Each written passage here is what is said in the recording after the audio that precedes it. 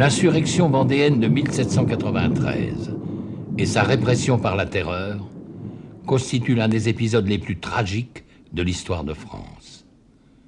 Le nombre des victimes est encore incertain. 200 000, 400 000, 600 000. La Vendée continue d'interroger l'histoire.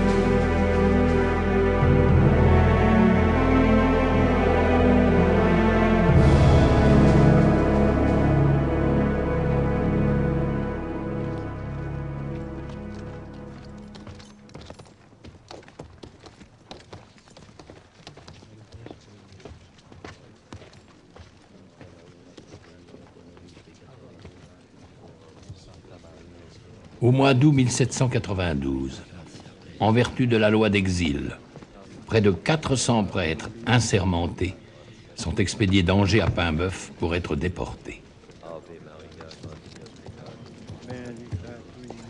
Leur crime, ils ont refusé le serment à la Constitution.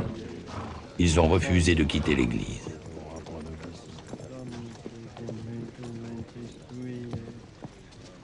Les braves gens.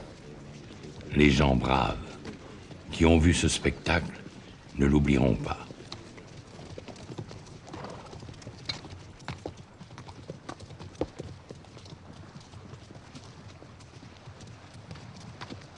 Après des débuts prometteurs, la grande révolution de 1789 commence à porter des fruits amers.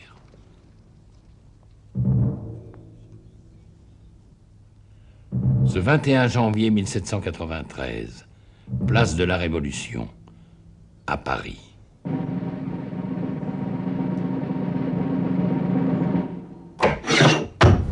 La tête coupée du roi est montrée au peuple, stupéfait, jeté en défi à tous les souverains d'Europe. La liberté ou la mort sera la devise de la République. Un mois plus tard, pour faire la guerre, la Révolution prétend arracher les hommes à leur foyer par une nouvelle loi de conscription. Foutus bourgeois pourront se payer en remplaçant. Pas de roi, pas de loi. Faut pas Un peu partout dans l'Ouest, la foule des jeunes appelés va se heurter aux patriotes, aux patos, gendarmes et gardes nationaux.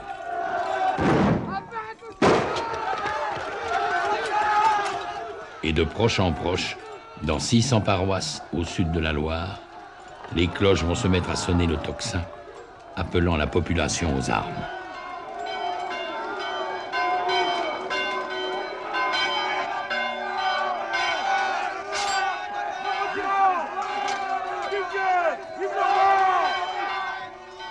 « 12 mars 1793, à Saint-Florent-le-Vieil, les émeutiers ont rossé les gendarmes, chassé les autorités révolutionnaires et fêté toute la nuit leur victoire. Mais le lendemain, ils ne savent que faire de leur pouvoir. Alors ils vont au village du Pin en Mauge, prendre conseil de l'un des leurs, qui s'est acquis une réputation de sage et de saint. Jacques Catelino, voiturier colporteur. Il a 34 ans, une femme et 5 enfants, pour lesquels il était en train de faire le pain.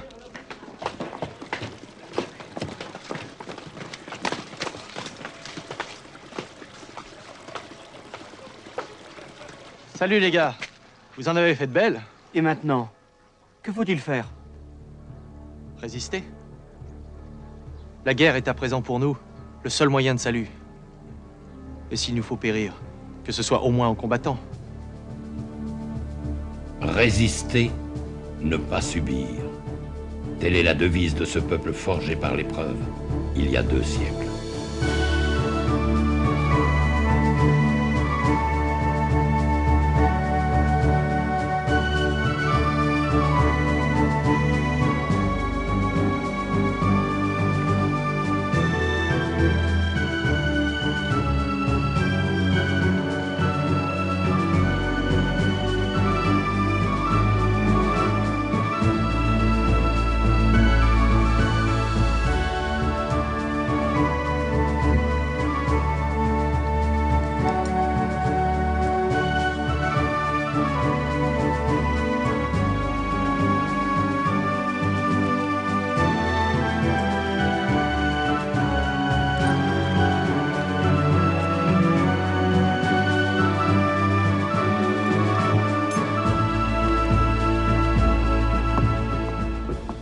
La bande de Catelino va s'unir à d'autres, et du 10 au 15 mars, les émeutes spontanées des conscrits vont tourner au soulèvement général d'une population excédée.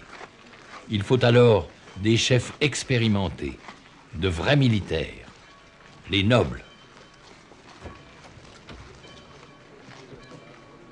Le marquis de Bonchamp sera sceptique. Il refuse de prendre la tête d'une jacquerie. Mais devant l'insistance de ses gens, il demande la nuit pour réfléchir. Ce soldat de métier, âgé de 33 ans, a déjà longuement guerroyé en Inde, avec des troupes réglées. Mais que valent ces paysans qui n'ont jamais porté les armes que dans la braconne?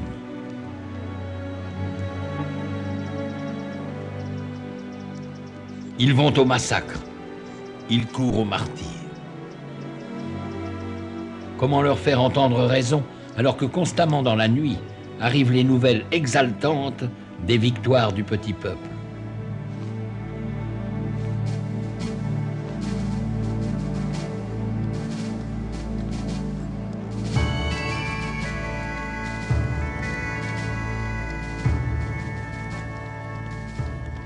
Le voiturier Catelino s'est emparé de Jalais et Chemillé, où il a trouvé des canons.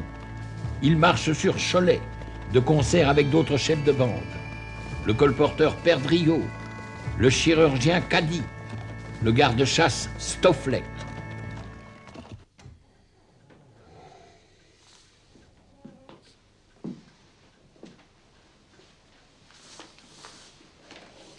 Et nous, que faisons-nous? Que faisons-nous? Maurice Delbé m'a dit qu'il ferait ce que je ferais. Lui, son fils vient de naître. Faudrait-il attendre la naissance d'une autre? Prêcher la patience. Nous ne pouvons pas nous dérober, n'est-ce pas?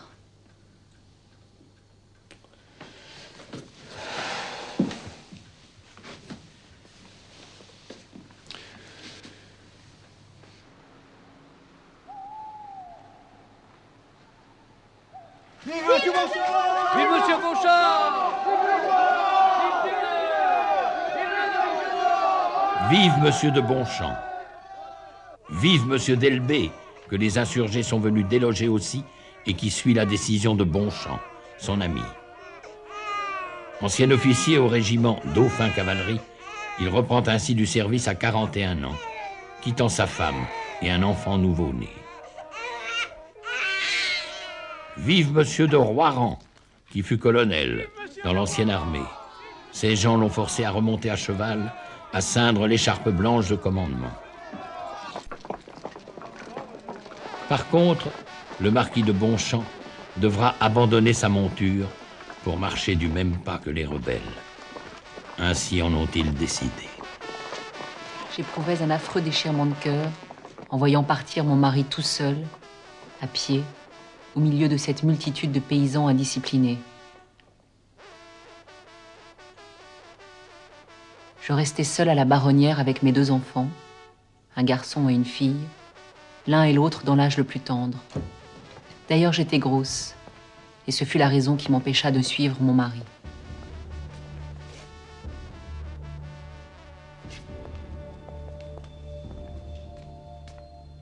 Dès la première heure, bravant la peur et les convenances, des femmes ont rejoint l'insurrection, les armes à la main.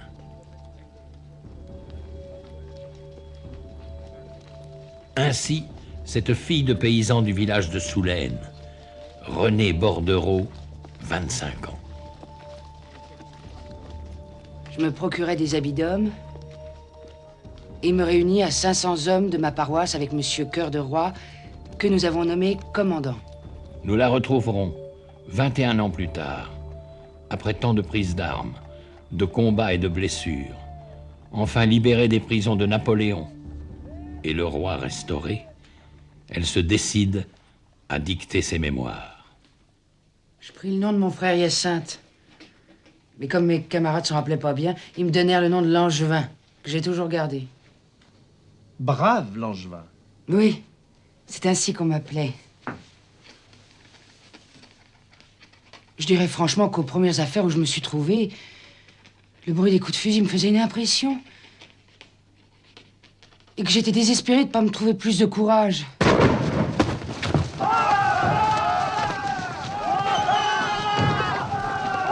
Je m'adressais alors à Dieu et je lui dis, bon Dieu, ne me donnerez-vous pas plus de cœur pour combattre vos ennemis? Aussitôt, je me suis senti animé comme par un miracle. Je n'ai plus eu peur de rien. Et grâce à Dieu, le cœur ne m'a jamais manqué depuis. C'est ainsi que Langevin est devenu brave et vendéenne. Car la Vendée militaire, fidèle au double cœur, déborde largement ce département de Vendée, taillé par la Révolution sur les confins de 3 provinces. L'Anjou, du Val-de-Loire et des Mauges, d'où jaillit l'étincelle de cette insurrection qui va entrer dans la légende avec ses héros et ses saints.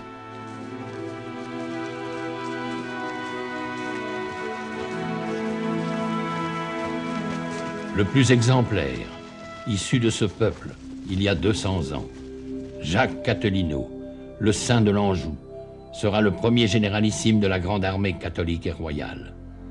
À sa mort, Maurice d'Elbée prendra la relève. Il est de petite noblesse terrienne, comme Charles de Bonchamp, le plus instruit dans l'art de la guerre, et qui rêve de se rallier cet autre foyer d'insurrection, la Bretagne. La Bretagne du sud de la Loire, pays de rets et marais, où grouillent de turbulents petits chefs, jaloux de leur indépendance.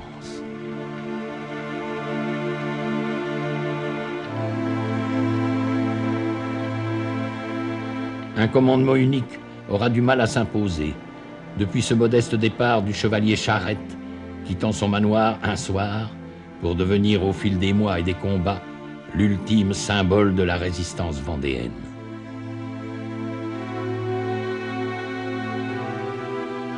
Mais la Vendée militaire, c'est aussi ce bocage du Poitou, forteresse forestière, toute hérissée de haies. Il fut le premier à se soulever l'an passé, quelques jours après le 10 août 1792. Dure leçon. La prise d'armes avait été brève, la répression brutale.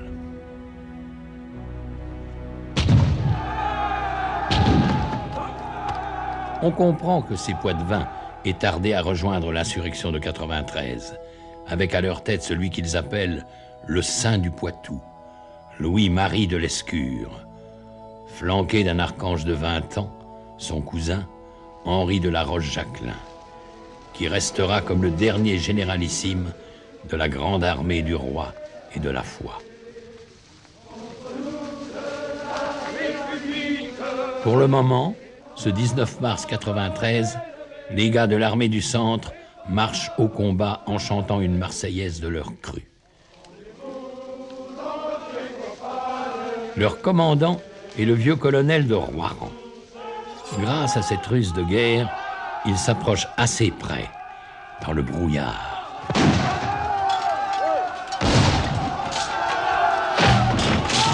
Pour lancer sa troupe à l'assaut des canons. L'artillerie jacobine sera prise et la petite armée du général de Marsay mise en déroute. Cette première victoire vendéenne de Saint-Vincent-Sterlange provoque la stupeur de la Convention, où la nouvelle parvient en même temps que celle des défaites à la frontière nord et de la trahison de Dumouriez. La terreur est à l'ordre du jour.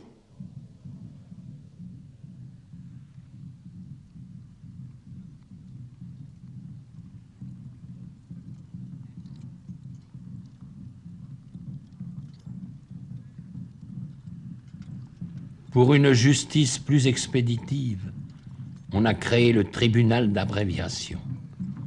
Et l'on envoie en Vendée la machine à guillotin, qui doit faire respecter la loi nouvelle. Article 1er. Ceux qui seront prévenus d'avoir pris part aux révoltes contre-révolutionnaires sont hors la loi. Article 2. S'ils sont pris les armes à la main, ils seront, dans les 24 heures, mis à mort. La Vendée est livrée à l'exécution militaire. 35 000 hommes vont faire la chasse au hors-la-loi, passer le pays au peigne fin. Les effectifs seront fournis par l'armée de réserve de Paris, celle des vainqueurs de la Bastille et des Tuileries, des massacreurs de septembre. À sa tête, le général Berruyer, qui commandait place de la Révolution le 21 janvier 93 et se vante d'avoir fait couvrir la voie du roi. Mais devant ce déploiement de force, il n'y a plus rien. L'armée des insurgés s'est volatilisée. Ces volontaires paysans sont revenus à leur métairie, où les appelle l'urgence des travaux de printemps et les célébrations de la Semaine Sainte.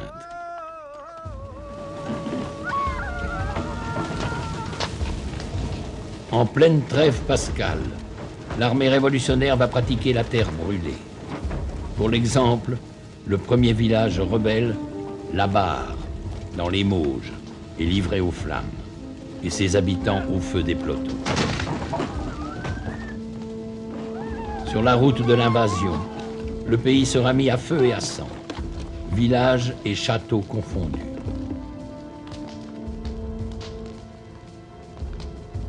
Du domaine de Bonchamp, la Baronnière, désertée par ses habitants, il ne restera bientôt plus qu'une tour symbolique. Très symbolique aussi, ces croix de carrefour qu'on enflamme, et ces cloches qu'on ne peut faire taire, et qui vont ressusciter une armée. L'armée des brigands s'est retrouvée face à l'armée de la Révolution.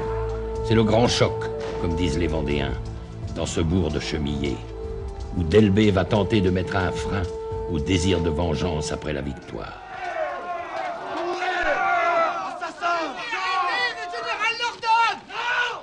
Je ne veux pas d'assassins pour soldats! Justiciers! Nous sommes des justiciers, mon général! Si nous ne les tuons pas, nous les retrouverons en face de nous! Ainsi nous ne serons jamais vainqueurs! Dieu ne nous demande pas de vaincre, il nous commande de combattre. Remercions-le aujourd'hui de nous avoir accordé la victoire. À genoux. Notre Père, qui êtes aux cieux, que votre nom soit sanctifié, que votre règne arrive, que votre volonté soit faite sur la terre comme au ciel. Donnez-nous aujourd'hui notre pain quotidien. Pardonnez-nous nos offenses comme nous pardonnons à ceux qui nous ont offensés. Mes amis, tous, comme le Christ, vous pardonnerez. Ne nous laissez pas succomber à la tentation, mais délivrez-nous du mal, ainsi soit-il. Les prisonniers seront ainsi sauvés par le pater des Vendéens, comme on dit. En ce printemps 93, la Durbelière était encore un beau château Renaissance, berceau des La Roche-Jacquelin.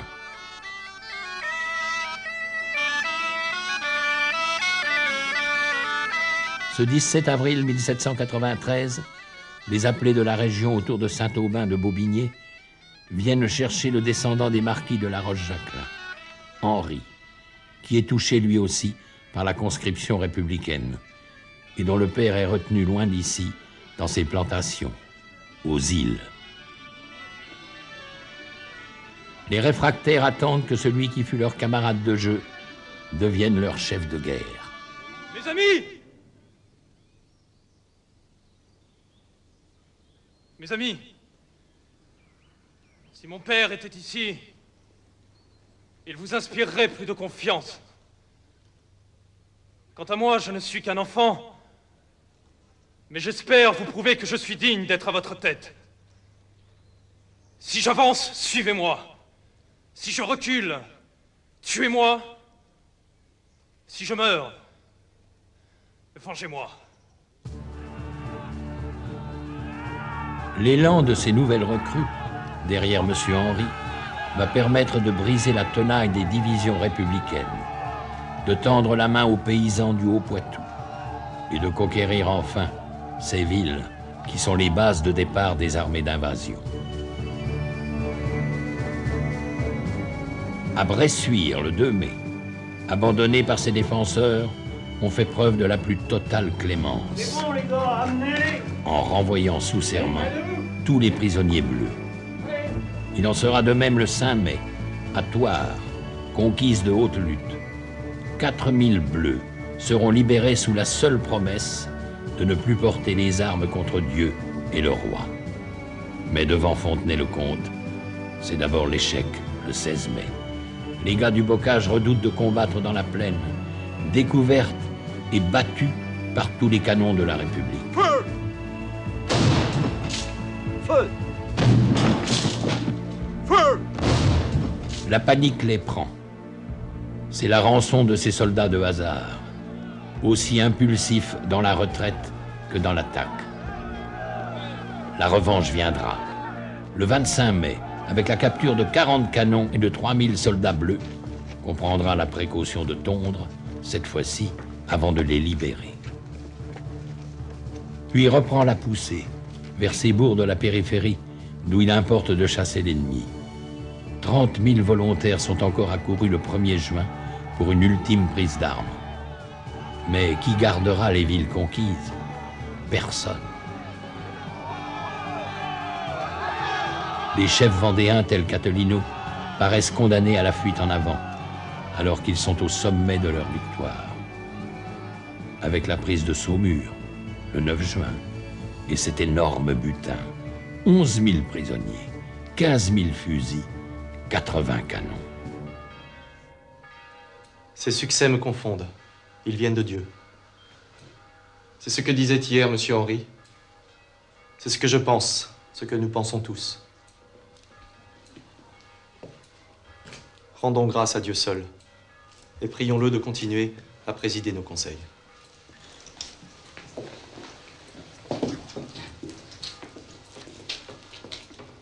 Pater Noster. Catilino, élu généralissime, ne peut que s'en remettre à Dieu pour inspirer la stratégie générale. Que faire? Où aller? À Paris, le chemin leur est ouvert. Et dans la capitale, c'est l'anarchie qui règne. Les sections jacobines ont braqué le canon sur la Convention. Coup de force qui donne le pouvoir aux montagnards dans l'Assemblée et permet d'envoyer à la guillotine les Girondins majoritaires. Pour les Vendéens, tout pouvoir vient de Dieu, dont le roi n'est que lieutenant sur terre. Le roi, c'est cet orphelin de 8 ans, Louis XVII, fils de Louis XVI, et comme son père prisonnier au Temple, arraché à sa famille, livré à ses geôliers. Bien sûr, il faut le délivrer, le faire sacrer selon la tradition venue du fond des âges, et rétablir sur le trône de France le roi très chrétien, tenant ferme la main de justice de sa gauche et le sceptre de sa droite. Vive Louis XVII! Tel est l'espoir et le cri de toute l'armée vendéenne. Va-t-elle marcher sur Paris? On hésite. Un messager apporte les félicitations de Charette en même temps que l'idée d'une action commune. La grande armée sur la rive droite de la Loire va s'emparer d'Angers, qui lui ouvre ses portes, et marchera sur Nantes, que l'armée de Charette investit par la rive gauche. Nantes, grand port et ville clé pour tendre la main aux insurgés bretons, est sous le feu des canons de Charette dès la nuit du 29 juin.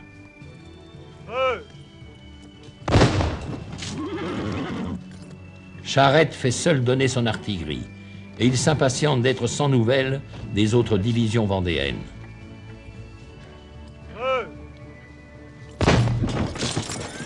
C'est ici que le destin va basculer, à cause du retard pris par les colonnes d'assaut de Catelino. En milieu d'après-midi enfin, celui-ci est en vue de la cathédrale Saint-Pierre. En avant les gars! En ce jour de la Saint-Pierre, délivrons son église!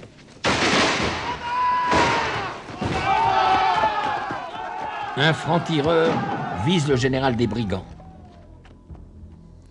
Le saint de l'Anjou est mort. C'est le cri de la panique et le reflux vendéen. Jacques Catelino ne mourra que 2 semaines plus tard, un 14 juillet, à Saint-Florent-le-Vieil, où il fut transporté. On avait tardé à extraire la balle de plomb mâchée par le franc-tireur, et la gangrène avait gagné. Jusqu'à cette annonce de Jean Blon, son cousin. Le bon Catelino a remis son âme à celui qui la lui avait donnée pour venger sa gloire. Ce même jour, à Paris, Charlotte Corday assassinait l'apôtre de la terreur, Marat. Elle n'aura qu'une seule défense. J'ai tué un homme pour en sauver 100 000. En Vendée, c'est Westermann qui sévit. Le sabreur qui s'est illustré le 10 août 1792 dans la prise des Tuileries et les massacres qui s'en suivirent. Pendant que l'armée des insurgés est encore autour de Nantes, il a son plan, sa méthode. Un village brûlé terrifie plus que la vue de 100 cadavres. Et mieux vaut les deux. Un raid rapide, de part en part, avec une colonne de brûle-tout, renouvelant les mêmes scènes de terreur, massacres et incendies.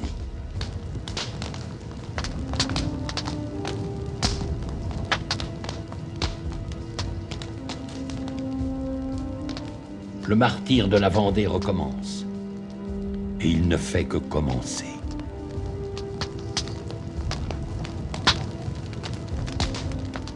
Brûler au passage le domaine de l'Escure est un évident plaisir pour celui qu'on surnomme le boucher de la Vendée. Il n'épargnera pas non plus le repère des La Roche-Jacquelin, la Durbelière, livrée aux flammes. À Châtillon, capitale des insurgés, À la République! Westermann peut arroser sa victoire Prosit! avec sa légion germanique. Loin d'imaginer que les divisions vendéennes sont en train de rameuter à marche forcée.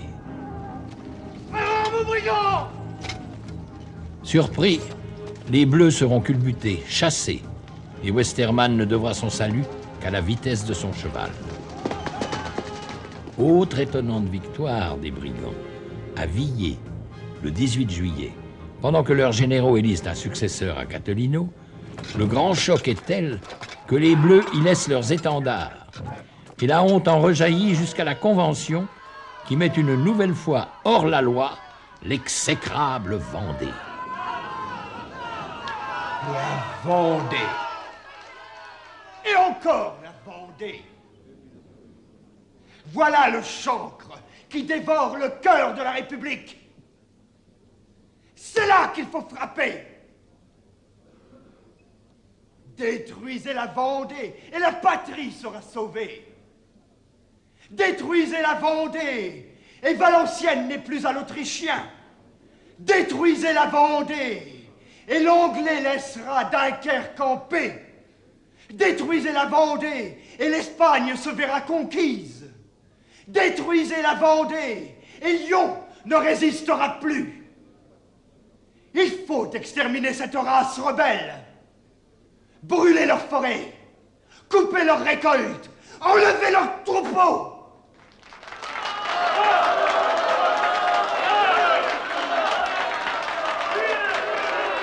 Les vieillards, les femmes et les enfants seront conduits hors de la contrée. Et il sera pourvu à leur subsistance avec les égards dus à l'humanité. Enfin, Place au canon de la nation. L'ultime argument. Grâce à lui, par 3 fois cet été, devant Luçon, les armées vendéennes seront tenues en échec. Décidément, la plaine ne porte pas chance aux gens du Bocage, ni du Marais. Car c'est l'une des rares occasions, ce 14 août, devant Luçon, où la grande armée des Boccains participe à une opération commune avec les maréchins de Charette.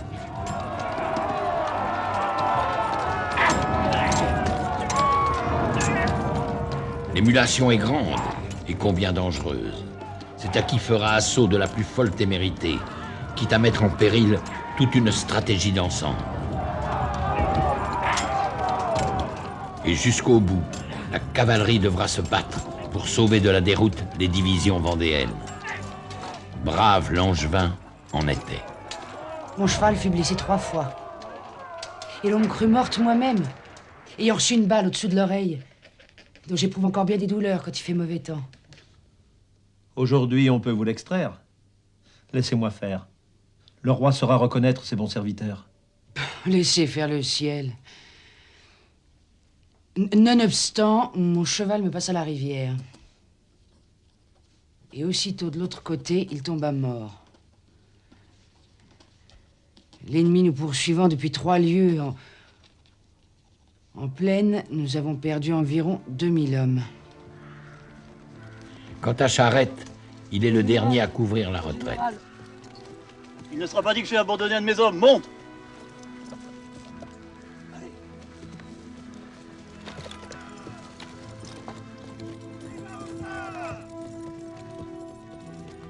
Ici, on dirait que l'histoire se plaît à devenir légende.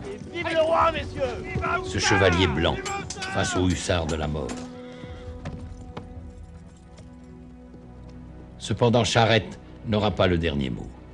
On dit que la mort lui prit son soldat en chemin et qu'on eut quelque peine à les séparer tant le sang les avait collés l'un à l'autre en séchant.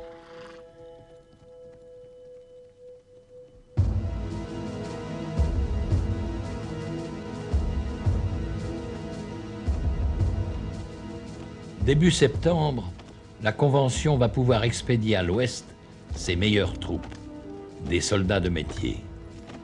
Ils ont obtenu les honneurs de la guerre sur le Rhin, à Mayence, sous promesse de ne plus porter les armes pendant 1 an contre la coalition européenne. Ils seront le fer de lance d'une nouvelle offensive générale contre l'ennemi de l'intérieur, la Vendée. 100 000 hommes vont converger vers le cœur du pays. 20 000 Mayençais, Kléber en tête, sont sortis de Nantes avec 5 charretées de soufre. Ils font le vide devant eux, dans le fief de Charette, provoquant le grand exode des gens du pays de Retz et du Marais.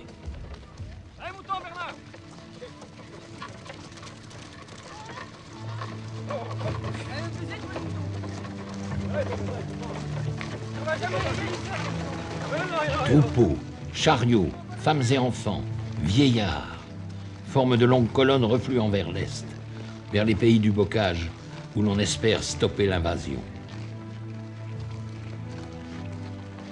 Mais tous ces réfugiés ne peuvent que gêner les manœuvres de Charette. Battu 7 fois en des combats de retardement, le brave chevalier lance un appel au secours à la grande armée catholique et royale, auquel celle-ci va répondre.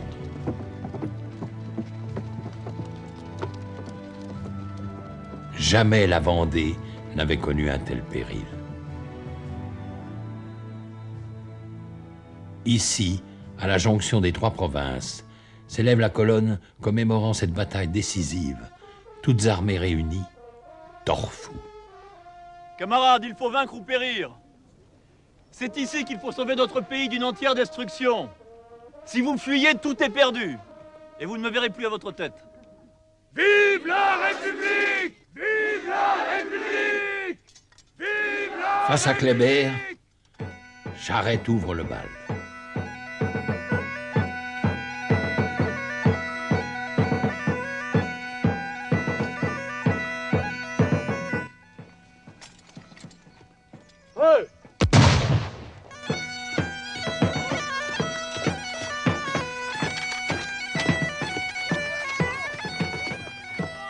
À portée de canon, La tactique vendéenne est de se ruer avant que l'adversaire ait eu le temps de recharger les pièces. Sinon, c'est le canon qui mène la danse.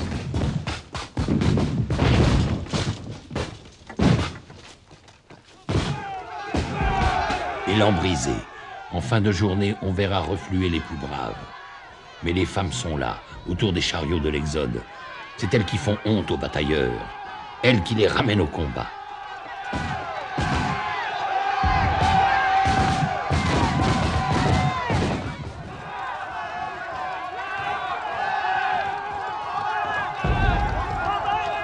Tous les chefs vendéens, chargeant ensemble, vont achever de briser cette armée de Mayence.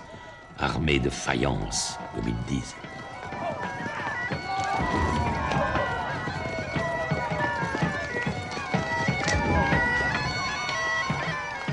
La bataille de Torfou marque l'apogée des victoires vendéennes. Et l'armée d'invasion serait anéantie sans le sacrifice au pont Bousset du bataillon de Saône-et-Loire protégeant la retraite des Mayençais. Et ceux-ci reviendront. Les forces de la République sont inépuisables et sans merci. Malheur aux vaincus.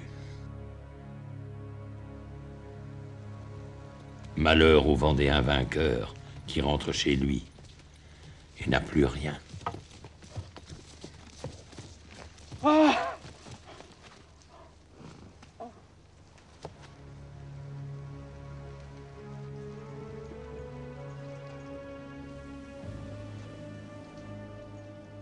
Aussitôt que notre armée est entrée dans la Vendée, chaque soldat a dès lors mis à mort qui lui a plu, pillé qui lui a plu, sous prétexte que celui qu'il tuait ou qu'il pillait était rebelle ou pensait royalistement.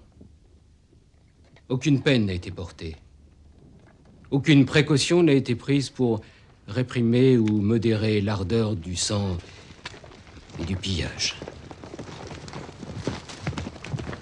J'en ai attrapé 4, que je tuais de ma propre main.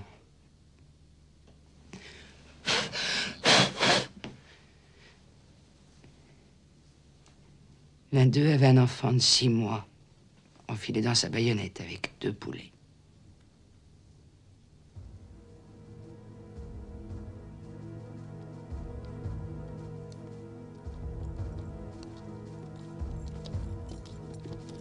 À la mi-octobre, voici que les armées d'invasion sont de retour, et Kléber avec ses Mayençais.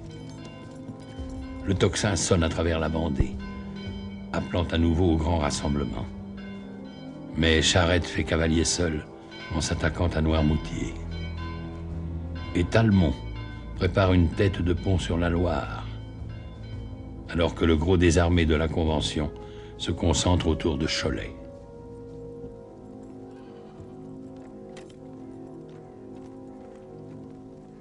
Dès l'aurore, ce 17 octobre, Kléber est en place.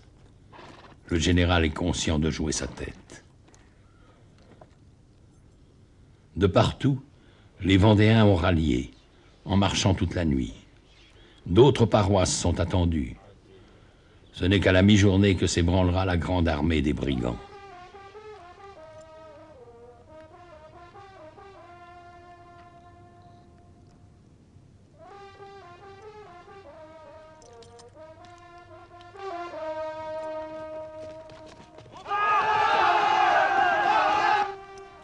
Aux côtés de Kléber, le représentant de la Convention, Carrier, commence à trouver le temps long. Laissez passer le citoyen représentant. Il tuera après la victoire. Ruse de guerre. Un certain général Marceau va démasquer ses batteries au dernier moment.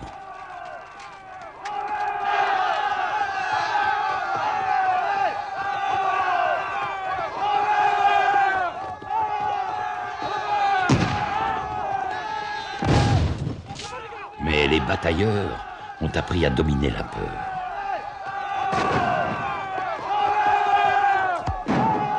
Et c'est alors Kléber qui perd patience. Là-bas, là-bas, ordre d'attaque. L'armée de la Révolution manœuvre toujours selon l'ancien règlement, comme à la parade. C'est au contact des Vendéens qu'elle apprendra la terrible efficacité de l'armée en masse. Pour l'heure, elle va fondre sous le tir des chasseurs paysans. Et Kléber, en fin de journée, n'aura plus d'autre réserve qu'un maigre bataillon, le 109e, flanqué de sa fanfare.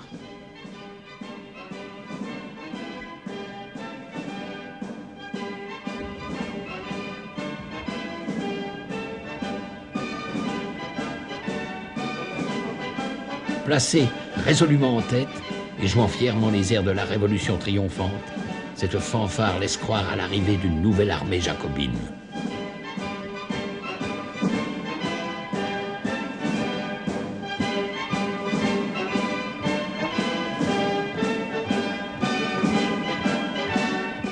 À la Loire! À la Loire!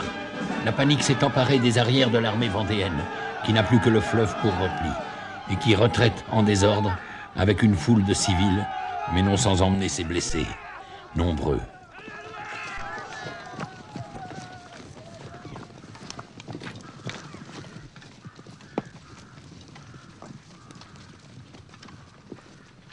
La perte la plus cruelle, Charles de Bonchamp, touché à mort, mais encore conscient, et que Bourbotte, représentant en mission, enterre gaillardement dans son rapport au soir de la victoire.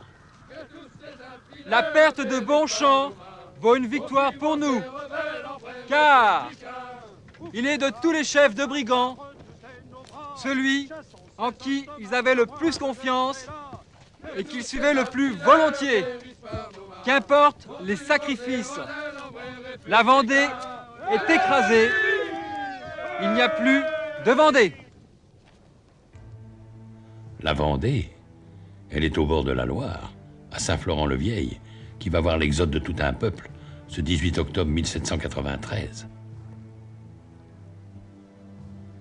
80 000 Vendéens, dont guère plus de la moitié de combattants.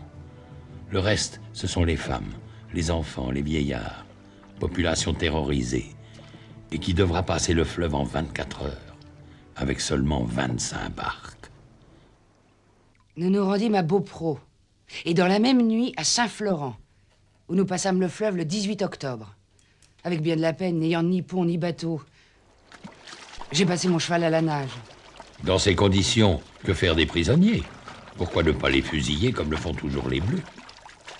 Avant de passer, nous avons mis en liberté 5000 prisonniers, pour qui M. de Bonchamp avait demandé grâce. C'est lâche ennemi de la nation. Honte à ce qui se dit ici, épargner plus de 4000 des nôtres.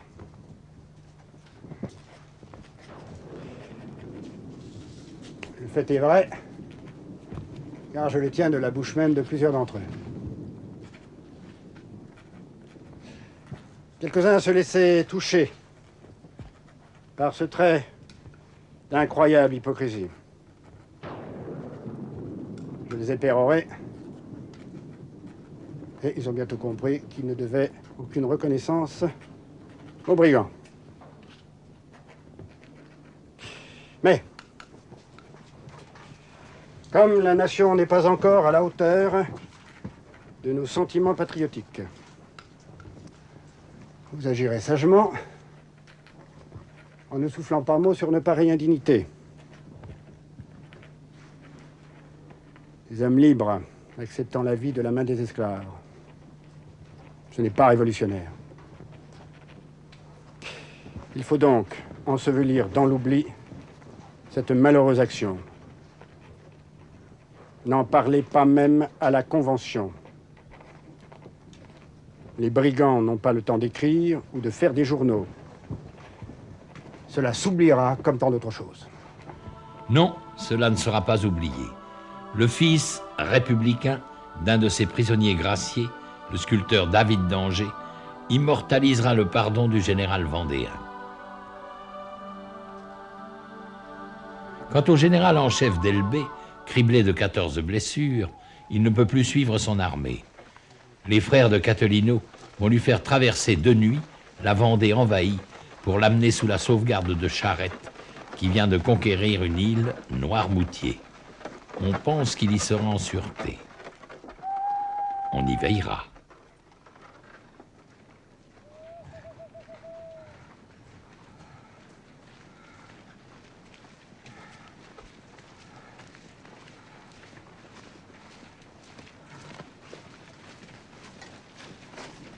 Reste à élire un nouveau généralissime pour conduire outre-Loire cet exode. Le choix de Lescure, le saint du Poitou, s'imposerait, mais il souffre le martyre, avec une balle fichée dans le crâne. Il faut ranimer le courage des soldats. Choisissez celui en qui ils ont le plus confiance. Henri de la Roche-Jacquelin. Le peuple de l'Exode s'en remet pour l'essentiel à la grâce de Dieu.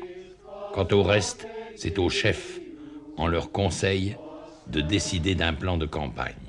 De quoi s'agit-il? De se battre? Je suis votre homme. Mais je n'ai ni expérience, ni talent, et je n'ai que 21 ans. Alors, laissez-moi mener les hommes au combat, mais décidez vous-même. Où aller? Que faut-il faire? Où les mener? Je sais que nos gars redoutent de s'éloigner de chez eux, qu'il faut les ramener le plus tôt possible au pays. Encore faut-il y revenir en force.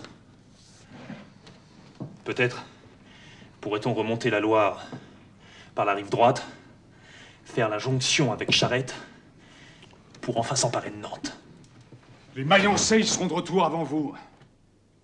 Allons, messieurs. Soyons sérieux, il faut voir grand. Voici mon plan. J'ai des contacts avec mes amis près du cabinet de Londres. Et j'ai mes terres, ou ce qu'il en reste, du Maine. Je suis donc bien placé pour vous dire que notre seul salut est dans une marche vers le nord. L'Anjou, le Maine et toute la Bretagne se soulèveront. Alors que diable, on aura des ports pour tendre la main aux Anglais. S'en remettre aux promesses des Anglais? Aux rodomontades des émigrés? Eh bien, messieurs, votons.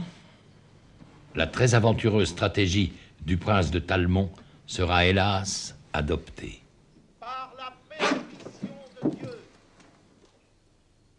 apprêtez vos armes. Joue, feu!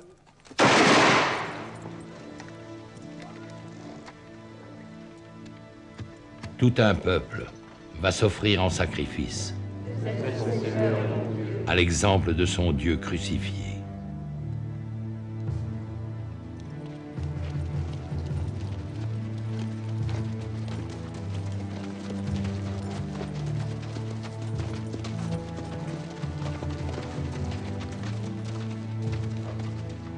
Chacun rêve d'appartenir à ce nouveau peuple élu qui vient de traverser la Loire comme une autre mer rouge.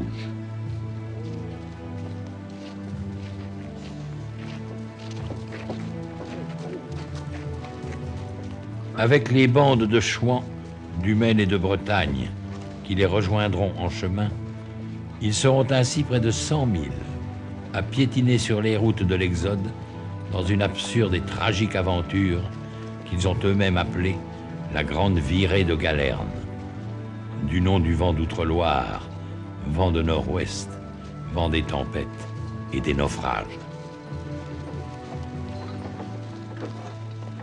Mais avant d'être un chemin de croix, la Grande Virée semble s'ouvrir une voie triomphale sous les ordres d'un généralissime de 20 ans, Monsieur Henri, épaulé par l'ancien caporal de Lorraine, Stofflet, et par Marigny, ex-officier de marine.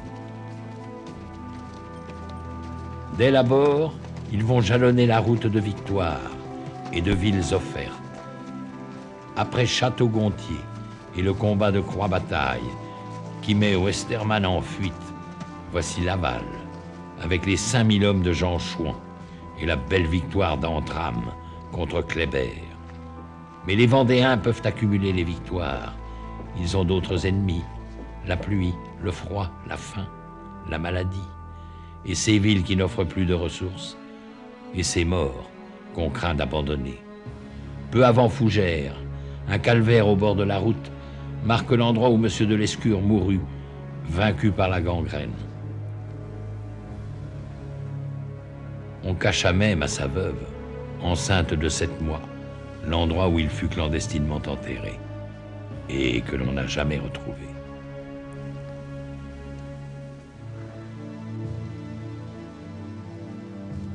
Vers quelle terre promise M. Henri va-t-il encore poursuivre cet exode, sans autre issue que des victoires sans lendemain et le débouché sur une mer incertaine?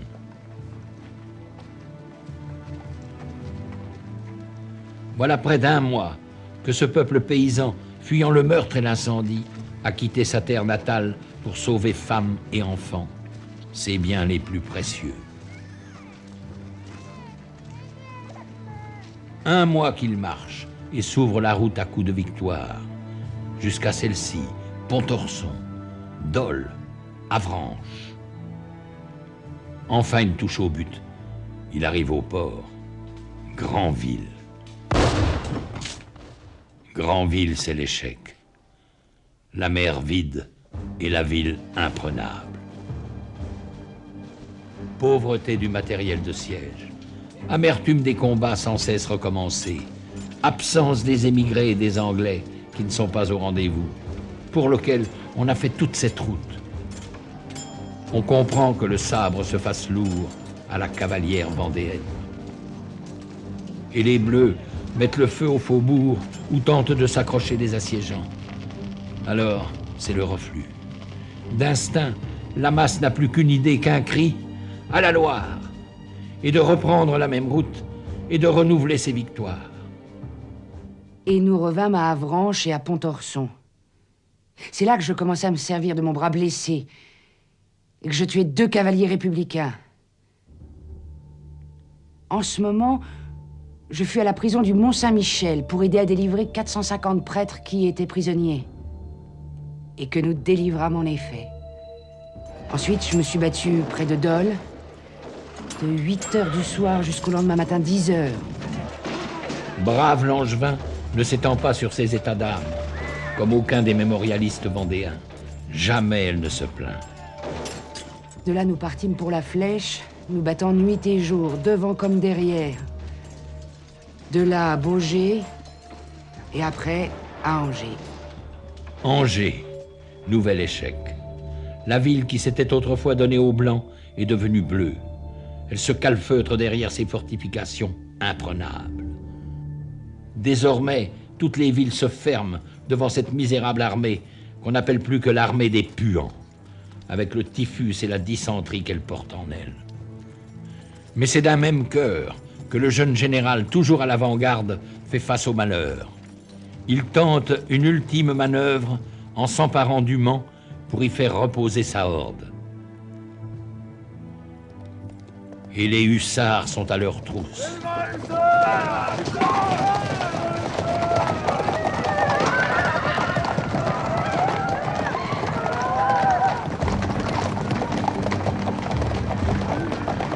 Toutes les divisions de la République accourent à la curée, avec des chefs de meute qui s'appellent Westermann, Kléber ou Marceau.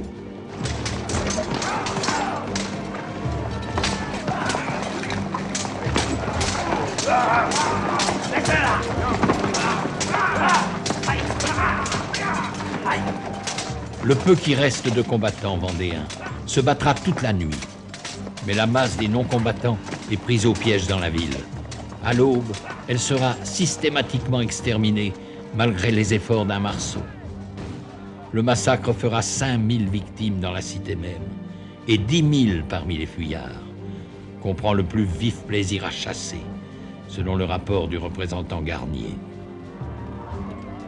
On chasse les Vendéens comme des bêtes fauves, et le nombre de ceux qu'on tue équivaut à ceux qu'on fait prisonniers. Dans l'espace de 14 lieues de chemin, il n'est pas une toise où l'on ne trouve un cadavre étendu.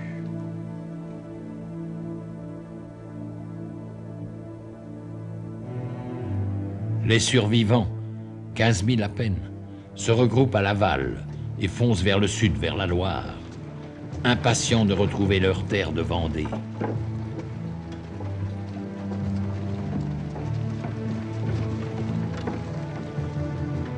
Mais la Loire est gardée. Elle est en crue, infranchissable. La Roche-Jacquelin et Stofflet, avec une poignée d'hommes, vont forcer le passage pour tenter d'établir une tête de pont. Vainement.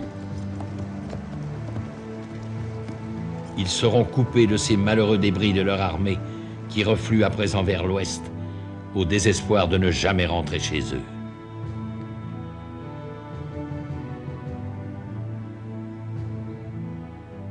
Au terme du dernier Alali, ils vont aboutir au bout du monde, dans les marais de Savenay. Pitoyable armée de fantômes, ils sont encore 5000 morts vivants. Après 2 mois de combats et de marches incessantes, 1 millier de kilomètres parcourus, avec en conclusion de ces longues souffrances, l'ultime sacrifice dans la boue d'un étang.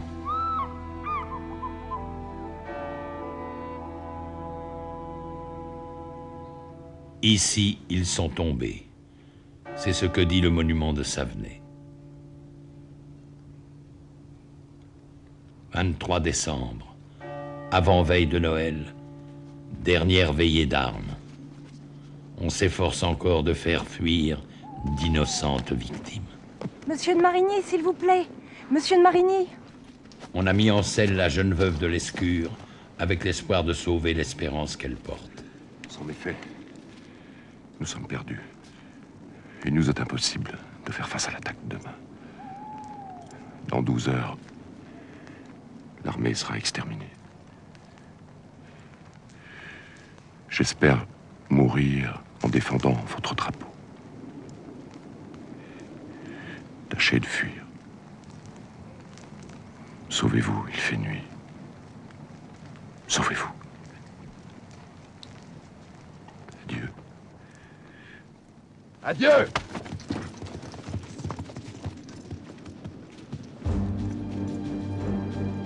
Ce dernier drapeau du royaume des Lys était une robe de la marquise.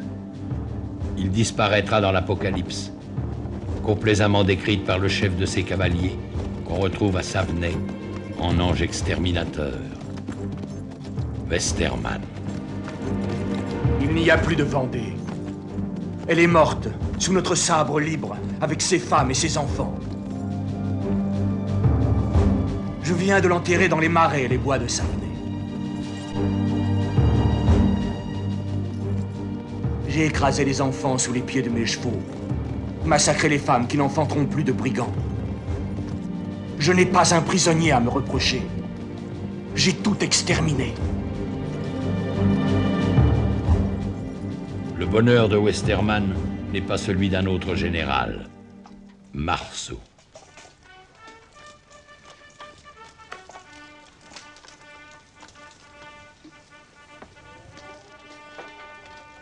Quoi, ma chère sœur?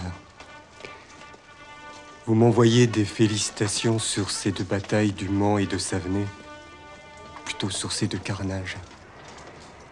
Et vous voudriez avoir les feuilles de nos lauriers? Ne songez-vous pas qu'elles sont tachées de sang humain, de sang français? Je veux porter les armes contre l'étranger. Là seulement est la gloire et l'honneur. Je sollicite un poste à la frontière. Les malheurs des Vendéens ne s'arrêtent pas à Savenay. Dès le 3 janvier, les Bleus débarquent à Noirmoutier. Alors commence la chasse aux lapins, comme disent les soldats.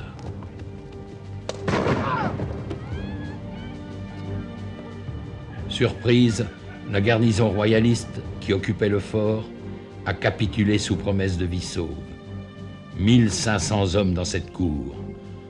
On s'empresse de les passer par les armes. Reste le généralissime d'Elbé, avec ses 14 blessures. Il est incapable de se tenir debout.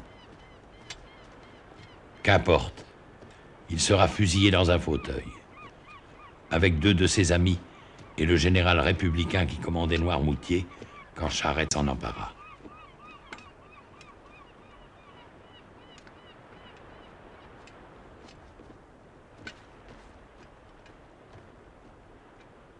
prêter. Armes.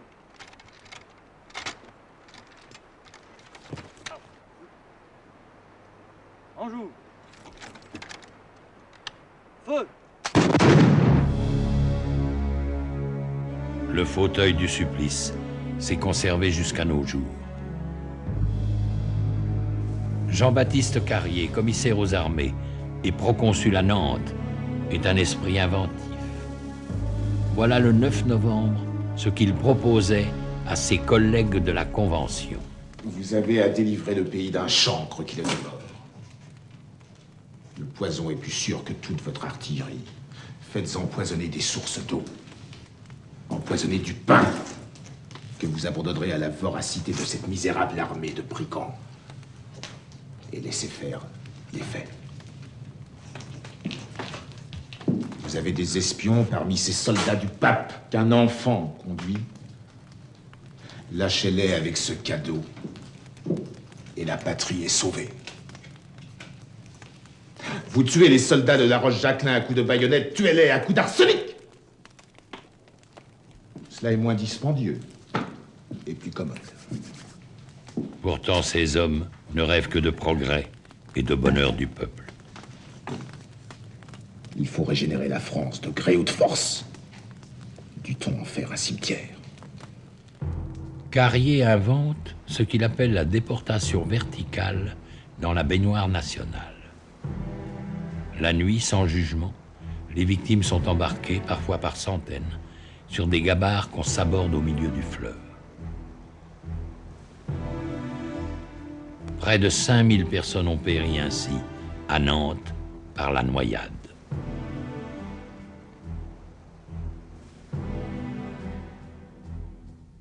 Mais c'est en Vendée qu'est la racine du mal. Sur le terrain, le général en chef Turreau va mettre en œuvre un plan d'extermination qu'il définit dans un ordre du jour à ses troupes. Tous les brigands qui sauront trouver les armes à la main ou convaincus de les avoir prises seront passés au fil de la baïonnette. On agira de même avec les femmes, filles et enfants qui seront dans ce cas. Les personnes seulement suspectes ne seront pas plus épargnées. Tous les villages, métairies, bois, genêts et tout ce qui peut être brûlé sera livré aux flammes.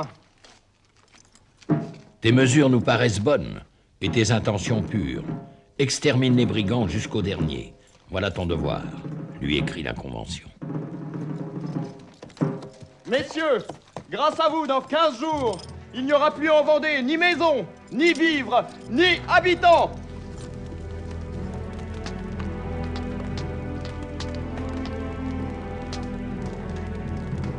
« 12 colonnes vont ainsi sillonner la Vendée de part en part. Elles sont connues dans l'histoire sous le nom de colonnes infernales, que leur ont donné leurs victimes, blancs et bleus confondus.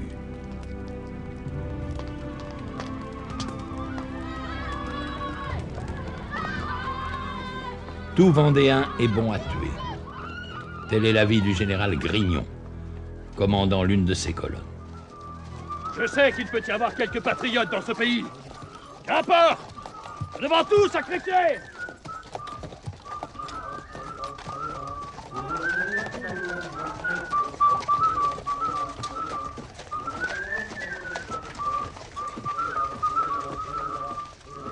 Chaque soir, les courriers vont porter au général Turreau les rapports de ses brigadiers.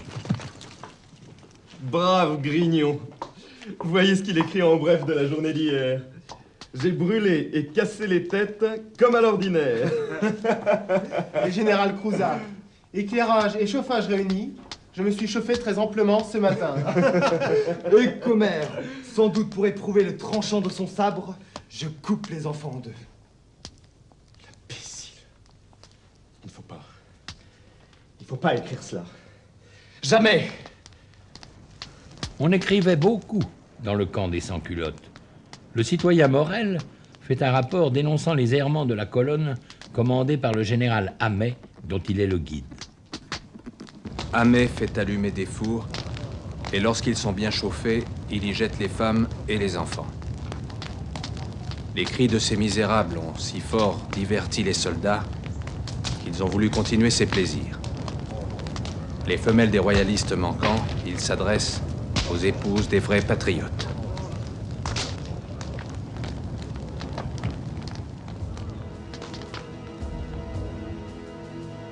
Toutes les paroisses de Vendée payèrent leur tribut de ruines et de martyrs.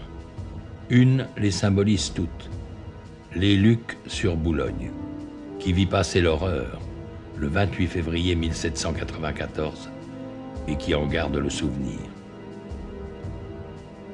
Ce jour-là, la colonne du général Cordelier arrive au bord de la Boulogne.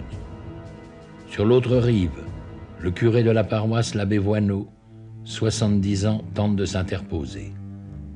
Il sera très symboliquement le premier sacrifié, mais il n'empêchera pas le massacre de son troupeau.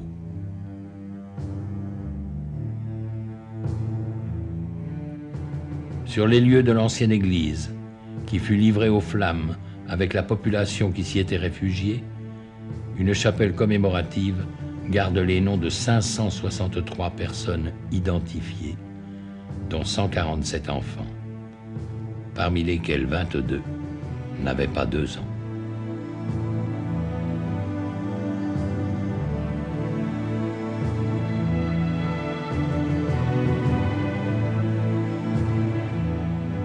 La Vendée n'oublie pas. Elle n'oublie pas ces morts innombrables qui partout, jusqu'au plus profond des bois, ont porté témoignage en sanctifiant sa terre.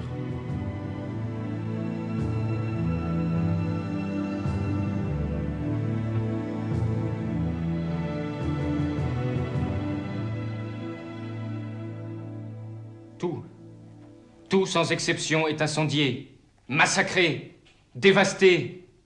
Des villes, des bourgs, des villages habités par des patriotes ont disparu. Et le fer a achevé ce que la flamme épargnait.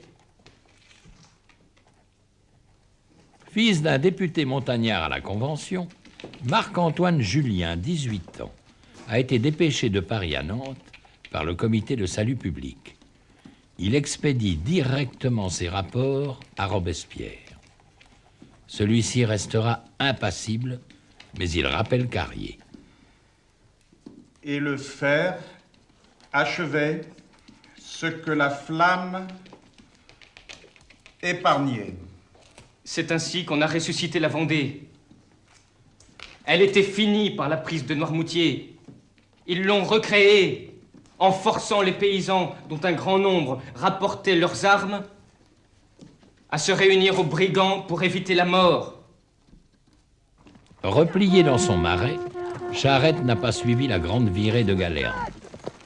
Le voilà bien seul à présent, devant la pression des armées terroristes. Je sais que certains d'entre vous veulent me quitter pour entrer dans leur maison ou se cacher dans les bois. Je leur prédis à tous une mort de lâche, égorgés dans leur lit ou derrière les buissons. Mourir pour mourir, autant mourir en brave. Sonnez, Vezou!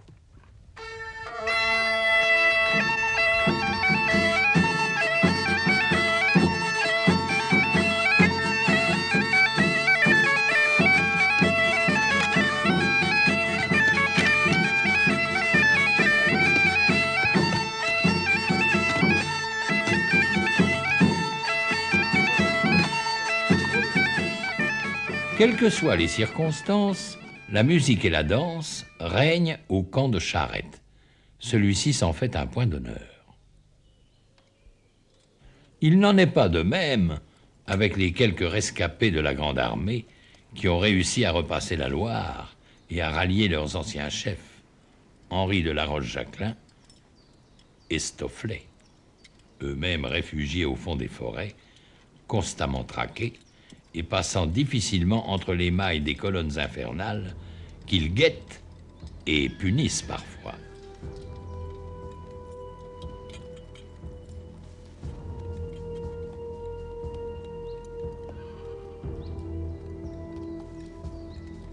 Néanmoins, la terreur répandue par celle-ci contribue à grossir les effectifs des bandes d'irréductibles.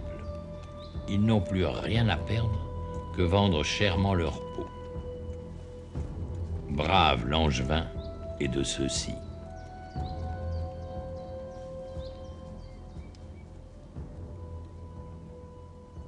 Ils vinrent pour nous trouver dans la forêt. Et ne pouvant nous découvrir, ils dirent que c'était une fausse alerte que leur avait donnée leur guide. Et ils le tuèrent.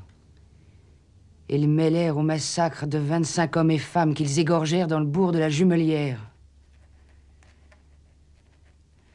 Nous vîmes partout le sang des malheureuses victimes.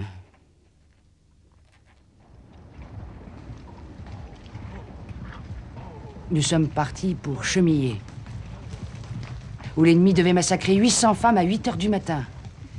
Et nous arrivâmes à 7h30. Nous avons délivré toutes ces pauvres malheureuses et eu victoire complète. Pardon, monsieur. Nous avons pris de bien mauvaises manières. Je comprends. C'est à cette époque que vous avez été témoin du décès de monsieur Henri. C'est à ce moment à peu près que nous avons eu le malheur de perdre monsieur de la Roche-Jacquelin. Entre Noyer et Cholet. Un républicain, restant de 15 qu'on avait tués, se voyant pris, lui enleva la tête d'un coup de fusil à 10 pas. Toute l'armée fut en deuil. Et chacun l'a pleuré comme son père. L'on cacha longtemps sa mort, disant qu'il était caché et blessé. Il fut enterré clandestinement par Stofflet, dont on dit qu'il le défigura à coups de sabre, pour que les Bleus ne puissent l'identifier. Le garde-chasse de Maulevrier a pris le commandement de ce qui reste de l'armée d'Anjou, 3 à 4 000 désespérés, avec lesquels il réussit à s'emparer pour quelques heures de Cholet, à la stupéfaction des Bleus, qui croyaient les brigands anéantis après Savenay. Plutôt que de se rendre, le général Moulin, commandant de la place, préfère se suicider. La guerre est désormais sans merci, et la propagande révolutionnaire va faire grand cas du petit Barras, enfant de 15 ans, massacré par des voleurs de chevaux. Si Stofflet a toute autorité dans la zone tenue par l'armée d'Anjou, il en est de même pour Charette, dans le Marais, et le pays de Retz, pour Sapineau, avec l'armée du Centre, et pour Marigny, avec celle du Haut-Poitou. Ces 4 généraux d'armée fantôme réussissent à se réunir un jour dans les ruines d'un château incendié, pour un serment solennel d'aide et assistance, et que celui qui viendrait à y faillir encourrait la peine de mort.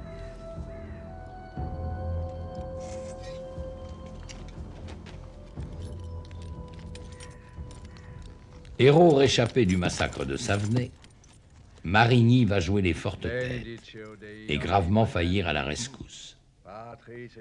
À l'instigation de l'abbé Bernier, il sera condamné, Stofflet promu au rôle de justicier, mais il ne se trouvera pas un Vendéen pour se charger de l'exécution. Oh, ils sont foutus s'ils tireront sur les nôtres. Il faudra faire appel aux transfuges étrangers.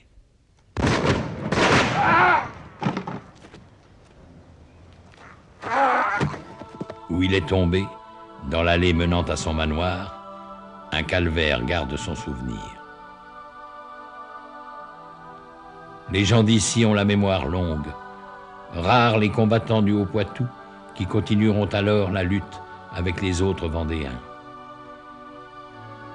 L'assassinat de leur général, ils en accusent l'abbé Bernier. Ils refuseront le concordat que celui-ci négociera plus tard au nom de Bonaparte et se constitueront en petite église, séparée de Rome depuis 2 siècles. Elle existe encore, cachée et sans prêtre.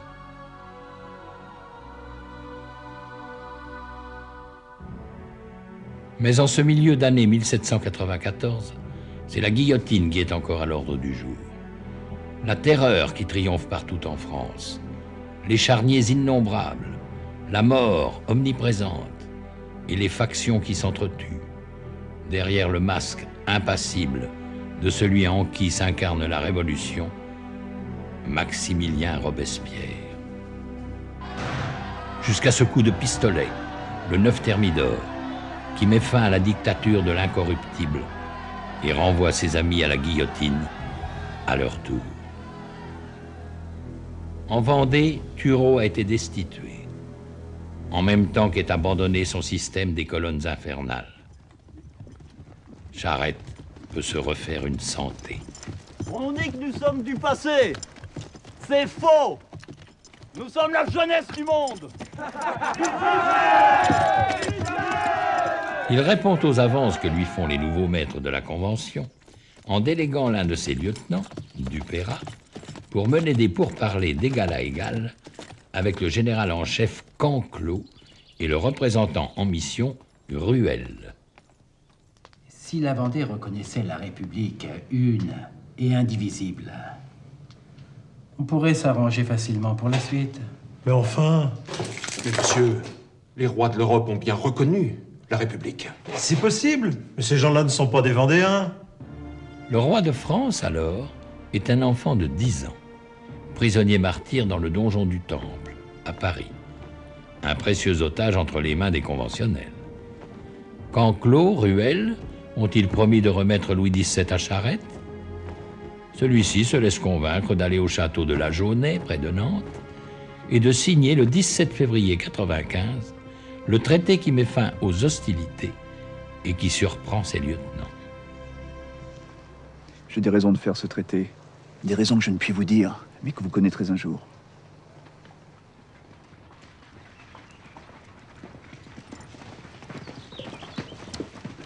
Entre Stofflet et Charette, l'entente n'est jamais facile. Prévenu trop tard des pourparlers de paix, Stofflet n'arrivera à la Jaunais qu'après la signature du traité, qu'il dénonce à sa manière. Vive le roi et merde à la République!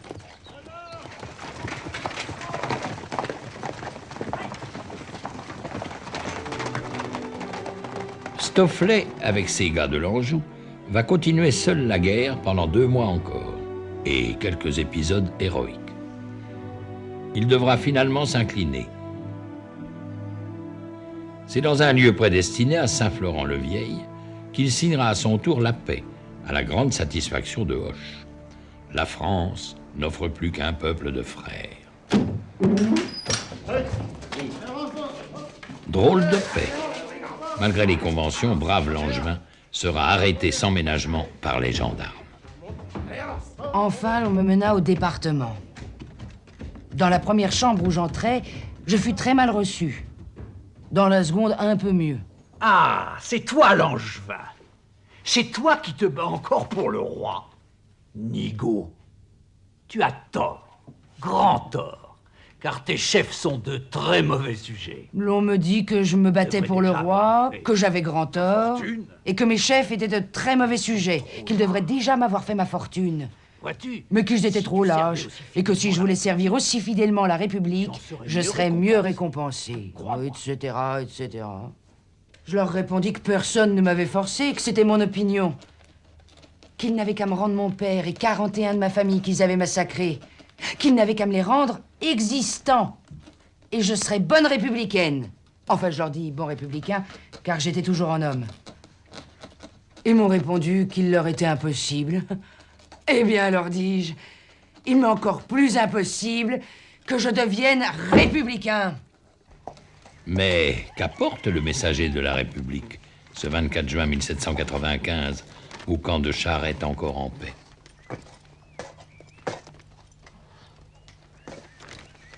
Arrêtez ces hommes, désarmez-les et menez-les en prison. La nouvelle de la mort de l'enfant roi, l'ordre de livrer les armes ou l'annonce de Quiberon? Messieurs, à cheval, la guerre recommence. La guerre, c'est le débarquement par la flotte anglaise à Quiberon de quelques contingents d'émigrés auxquels les insurgés bretons, les chouans de Cadoudal, vont tendre la main. Équipée folle, où l'on voit des blancs porter le rouge des Anglais.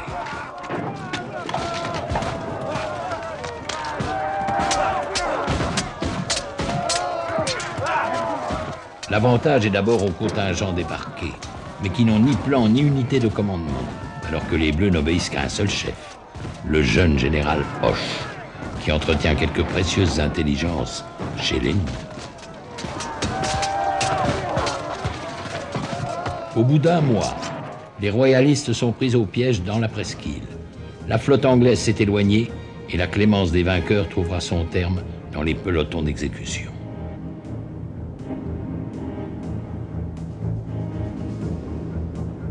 Hoche arrive en Vendée avec l'auréole du pacificateur, précisément au moment d'une nouvelle levée d'armes commandée par Charette.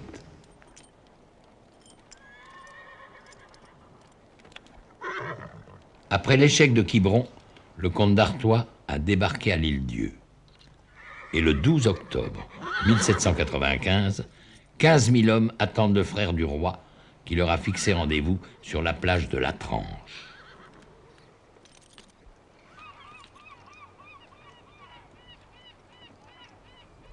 Un prince, enfin, vient se mettre à la tête des soldats du roi. Tout l'Ouest va se soulever, et tous ensemble, on marchera sur Paris.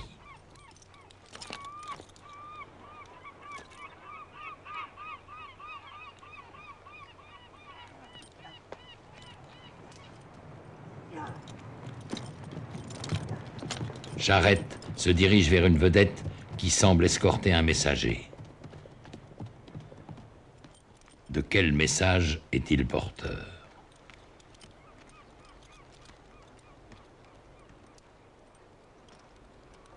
Le prince ne peut débarquer. Le prince ne viendra pas. Le prince s'en retourne en Angleterre. Comment ces braves vont-ils le prendre? Monsieur, allez dire au prince qu'il m'envoie mon arrêt de mort. Vous me voyez aujourd'hui avec 15 000 hommes. Demain, je n'en aurai plus 300. Il faut fuir ou périr.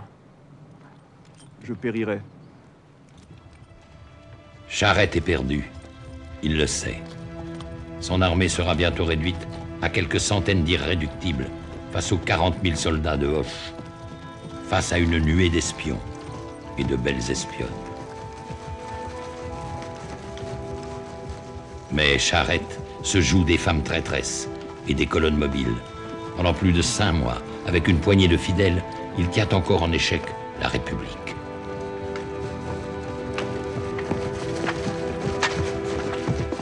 Six fois, sa capture fut annoncée. 6 fois démentie.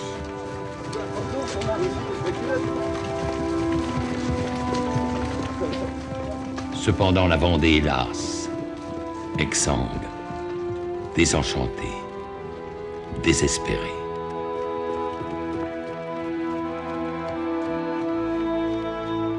Avec des bandes éparses sur tout son territoire et qui ne peuvent plus faire une armée. Stofflet, de son côté, respecte le cessez-le-feu de Saint-Florent. Mais il ronge son frein, hésitant à répondre aux vœux des princes, aux exigences de l'honneur.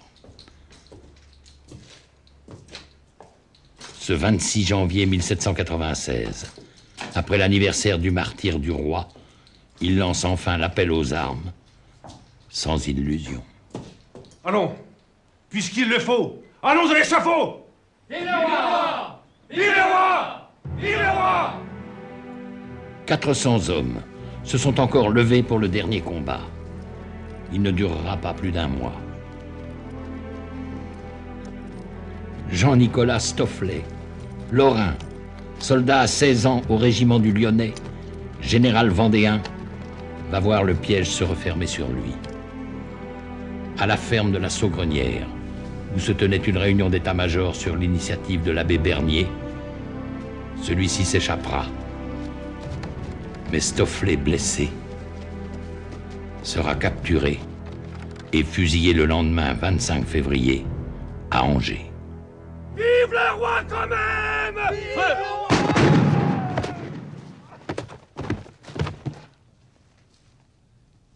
Un mois plus tard, durant la Semaine Sainte, le mercredi 23 mars, Charette n'a plus que quelques fidèles.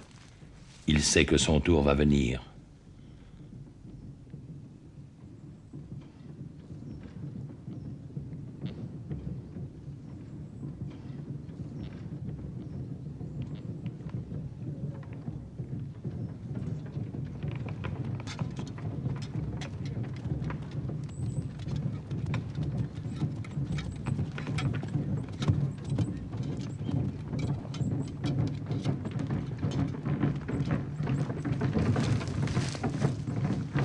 Charette est cerné, mais ce n'est pas la première fois.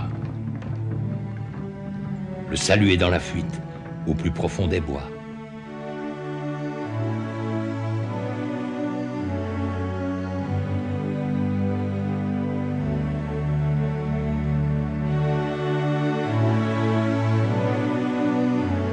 Une fois encore, il va berner les bateaux, et toute la France applaudira le roi de la Vendée.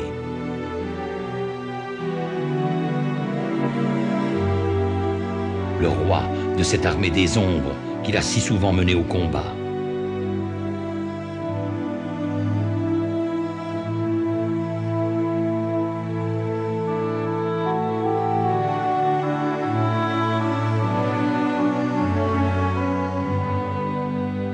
Le roi des brigands, dont la tête est mise à un si haut prix.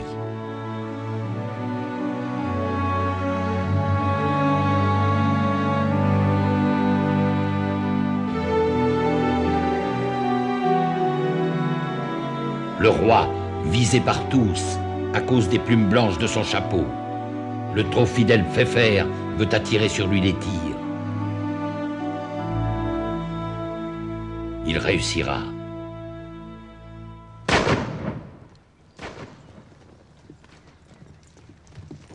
Ainsi, le général Travot va-t-il douter de sa capture? Qui es-tu? Mon général, tenez-le ferme. C'est notre homme. Où est Charette? Il est là. C'est bien vrai? Oui, foi de Charette. Que d'héroïsme perdu. Monsieur, rien ne se perd. Jamais. 2 siècles ont passé. Rien n'est oublié. Le lieu de cette capture est aujourd'hui situé en plein bois de la Chaboterie. Mais une croix de granit, nommée croix de Charette, rappelle qu'il fut ici, pris vivant, pour être plus tard montré au peuple dans une interminable promenade à travers les rues de Nantes. Nantes, ce mardi 29 mars. On dirait que le prêtre jureur lui demande pardon. Nous sommes ici sur la place Viarme, où Catelino, 3 ans plus tôt, fut blessé à mort. 5000 hommes de troupe font face au dernier général des brigands.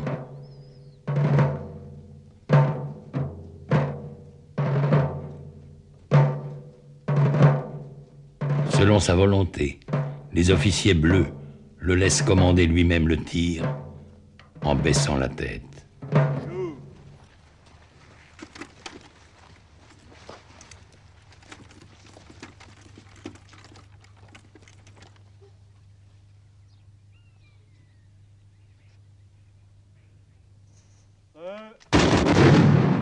Reposez. Armes.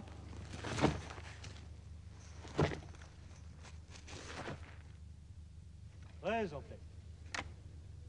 Armes.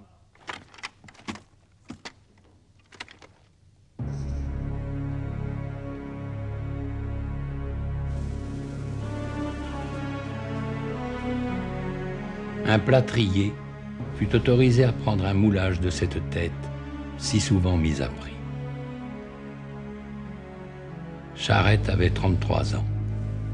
Il léguait à tous sa fière devise: combattu souvent, battu parfois, abattu jamais. Les Vendéens l'ont faite leur.